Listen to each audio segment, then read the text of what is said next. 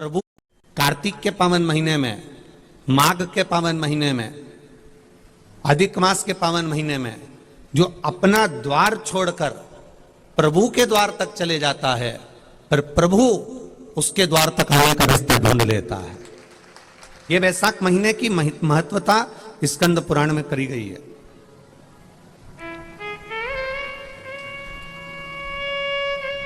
अब ये माताएं आई हैं, ये भाई लोग आए हैं, बंधु आए हैं, बच्चे आए हैं, युवान बहन भाई आए हैं, इनकी इच्छा था अगर ये वैशाख का चरित्र नहीं भी पढ़े हैं और स्कंद पुराण की किताब उठाकर, स्कंद पुराण की पोथी पुराण उठाकर एक बार अगर तुम्हारी चित्तवृत्ति में अगर आ गया हो कि हमारा चित्त, हमारा भजन, हमारा कीर्तन, घर छोड़कर, परिवार छोड़कर, हम शिव महापुराण की कथा कभी नहीं कहती कि आप अपना घर छोड़ दो, परिवार छोड़ दो, नाते छोड़ दो, रिश्ते छोड़ दो, कुटुंब छोड़ दो या किसी तीर्थ में जाकर बैठ जाओ। शिव महापुराण की कथा कहती है परिवार में रहो, घर में रहो, कुटुंब में रहो, रिश्तों में रहो, पर उसके साथ में भगवान का भजन करते रहो। वैशाख का महीना, कुछ कदम चलकर हम अगर परमात्मा के द्वार तक पहुंच रहे हैं, वैशाख के महीने में हम तपतपाती हुई धूप में कहीं 2 कदम चलकर भगवान श्री हरि के चरणारविंद में पहुंच रहे हैं, 2 कदम चलकर हम भगवान की अविरल भक्ति में पहुंच रहे हैं, तो ये तुम्हारी तो सामर्थ्यता है, तुम्हारे ऊपर भगवान की कृपा तो है, पर शिव पुराण कहती है ये कहीं तुम्हारी अकेले की ऊपर कृपा नहीं, ये तुम्हारे भाग्य की कृपा नहीं, ये तुम्हारे ऊपर तुम्हारे पूर्वजों के भाग्य की भी कृपा है जो तुम सत्संग तक पहुंच रहे हो, कि भगवान तुमसे मंदिर की सेवा करा रहा है। भगवान को धन्यवाद दो कि भगवान तुम्हारे हाथ से सेवा करा रहा है, भगवान तुम्हारे हाथ से पूजन करा रहा है, भगवान तुम्हारे हाथ से पूजन की तैयारी करवा रहा है। भाई मेरा बाद में आ जाए, माताएं बाद में आ जाए, बेटियां बाद में आए, बहुएं बाद में आए, पर भगवान ने तुम्हें इस लायक बनाकर रखा है कि तू इन हाथों से सेवा कर कर पूरा आनंद सुख प्राप्त कर ले। ये भगवान की कृपा। कभी मत क्यों कि मैंने अकेले ने ढोलक बजाई, मैंने अकेली दमदार हूं, मैं अकेली भजन कर लूं, मैं अकेला ही भजन कर लूं, ना ना ना।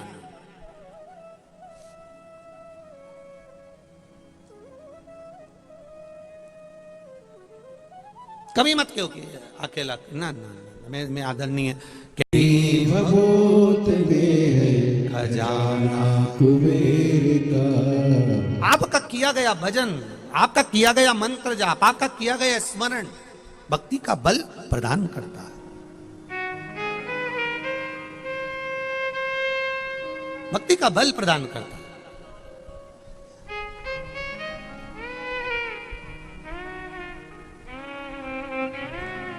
आपकी दृढ़ता, आपका भरोसा, आपका विश्वास। डॉक्टर अपना कर्म करे, आप अपना कर्म करिए।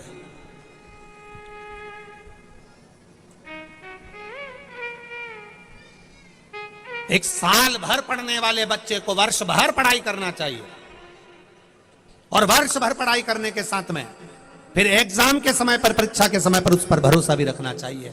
लिखते समय हमारी पढ़ाई जो हमने करी है वो हमारे सम्मुख में आए, हमारे सम्मुख में।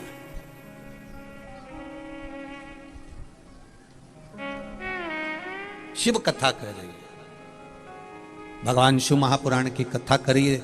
83,99,999 योनियां त्यागने के बाद मनुष्य की देह मिलती है, और उसमें भी 83,99,999 योनियां त्यागने के बाद मनुष्य की देह मिले, और उसमें भी देपालपुर वालों को 3 बार शिव पुराण की कथा मिल जाए, इससे बढ़कर सौभाग्य कुछ नहीं हो सकता। जहां पूरा विश्व, जहां पूरा भारत शिव महापुराण की एक कथा के लिए लाइन लगाकर खड़ा हुआ है, पूरा विश्व एक शिव पुराण की कथा के लिए लाइन लगाकर खड़ा है, पर वहां देपालपुर वासियों को 3-3 कथा मिले, ये साधारण सी बात नहीं हो सकती है। कहीं देवादिदेव महादेव की कुछ कृपा होगी, कुछ कृपा होगी। लोग कहेंगे अभी तो सुनी थी बेटमा में, लोग तो कहेंगे अभी तो सुनी थी 24 अवतार मंदिर में, तो उनको भी कह देना सुनी थी। जैसे उदर की पूर्ति के लिए रोज भोजन जरूरी है, उसी तरह इस आत्मा की कल्याण के लिए शिव पुराण रोज जरूरी है। इस कथा को हम केवल आत्म कल्याण के लिए, अपने जीवन के उद्धार के लिए सुन रहे हैं, रोज जरूरी है, प्रतिदिन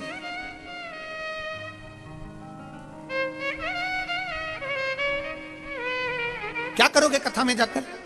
अभी तो सुनी थी, अभी तो बेटमा में थे, अभी तो अपन ने 24 अवतार मंदिर में सुनी, क्या करोगे जाकर? उसका दुनिया की 3 दौलत का स्मरण करना, दिल बड़ा रखना, दिमाग और दिल को ठंडा रखना, तीसरे नंबर पर है अपनी वाणी को मीठा रखना। 83 लाख योनियां काटने के बाद मनुष्य की देह मिली है। ये मानव का शरीर यूं ही नहीं गवा जाए। बैसाख का महीना में शिव महापुराण की कथा मिली है, चूकना नहीं चाहिए। और वो भी प्रसूति शिव पुराण की कथा है। जो नारियों के 30 साल, 35 साल, 32 साल, 28 साल गर्भ ना ठहरा हो, संतान ना हुई हो, मैं उनसे भी निवेदन करूंगा इस कथा को दिल से सुनना, और बाबा चाहेगा तो देगा, निश्चित है, प्रदान करेगा। दिल से सुन। कोई कहे अपशब्द, कहने दो। आग लगे बस्ती में, जम के जरा बोला अपन रहो मस्ती में, बोल बम का नारा है, बाबा एक सहारा है। लोग कहेंगे धूप बहुत तेज है, लोग कहेंगे वहां पर ये व्यवस्था नहीं है, लोग कहेंगे वहां पर वो व्यवस्था नहीं है, तो कह देना ऊपर भी व्यवस्था देखोगे क्या? व्यवस्था ऊपर भी जाकर देखोगे। हमारा तो आप सबसे निवेदन है, गर्मी तेज पड़ रही है, घर से चलो कथा सुनने के लिए, 2 बोतल पानी की साथ लेकर चलो, एक खुद के लिए, एक पड़ोसन के लिए।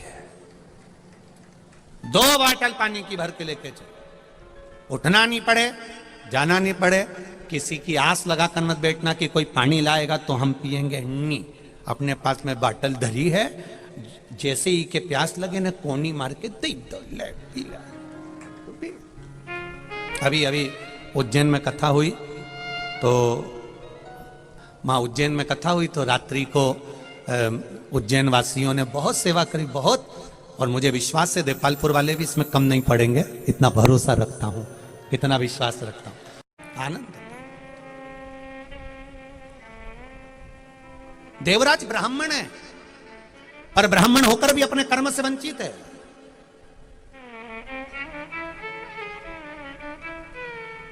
अपने भजन से वंचित। ब्राह्मण का कर्म है शास्त्र पढ़ना, शास्त्र सुनाना, वैश्य का कर्म है धन एकत्रित करना, क्षत्रिय का कर्म है रक्षा करना, शूद्र का कर्म है सेवा में लीन रहना। सब अपने अपने कर्म में लग जाओ। पर आज के समय में सब अपने कर्म से वंचित, सब वंचित।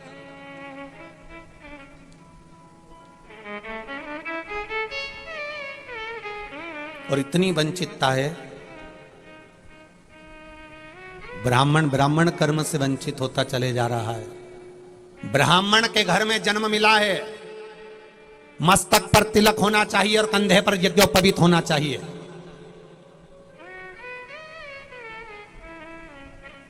ब्राह्मण कुल में जन्म मिला है, ज्यादा नहीं कर सकते, तो एक समय गायत्री का जाप होना चाहिए, एक समय गायत्री करना चाहिए।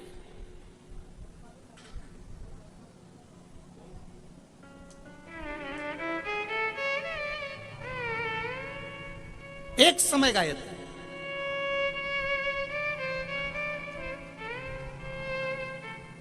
करो, वैश्य कुल में जन्म मिला है, धन एकत्रित करो, पर उस धन का सदुपयोग करो।